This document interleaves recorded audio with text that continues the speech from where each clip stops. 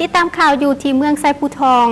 ประชาชนหาบ้านเมืองไซปูทองที่ถือลมพายุพัดเฮือนได้รับการช่วยเหลือเมื่อบุดลมานีทั้งอำนาจการปกครองเมืองไซปูทองแขวงสวรรณเขตที่นำโดยฐานท่องเที่ยงศรีดาวงศ์กรรมการผักแขวงเลขาผักเมืองเจ้าเมืองไซปูทองได้ลงมอบเงินช่วยเหลือให้แก่ครอบครัวประชาชนที่ถือลมพายุพัดเฮือนเสียหายคือบ้านดอนหวายเวินคูนห้วยม่วงคุ้มศรีวิไลห้วยสยองและบ้านทาดานซึ่งบ้านดังกล่าวได้ถือลมพายุพัดถล่มอย่างแรงในวันที่21 เมษายน ปี 2015 ผ่านมาอันเหตุให้หลังคาเฮือนและเล่าเข่าของประชาชนเสียหายครอบครัวที่เสียหายหนักกว่าหมู่มีจำนวน50หลังคาเฮือนต่อกับสภาพการดังกล่าวทั้งอำนาจการปกครองเมืองไซปูทองก็ได้ให้การช่วยเหลือและแก้ไข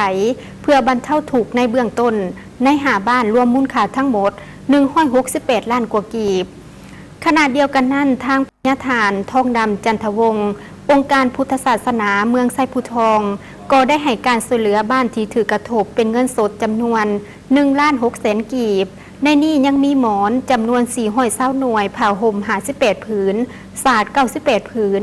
และเสื่ออีกจำนวน2เครือเพื่อเป็นการช่วยเหลือบรรเทาทุกข์ให้แก่บ้านก็คือครอบครัวที่ถือกระทบจากภัยธรรมชาติดังกล่าวเพื่อเฮ็ดให้จำนวนบ้านและครอบครัวที่ถือกระทบกลับคืนสู่สภาพปกติ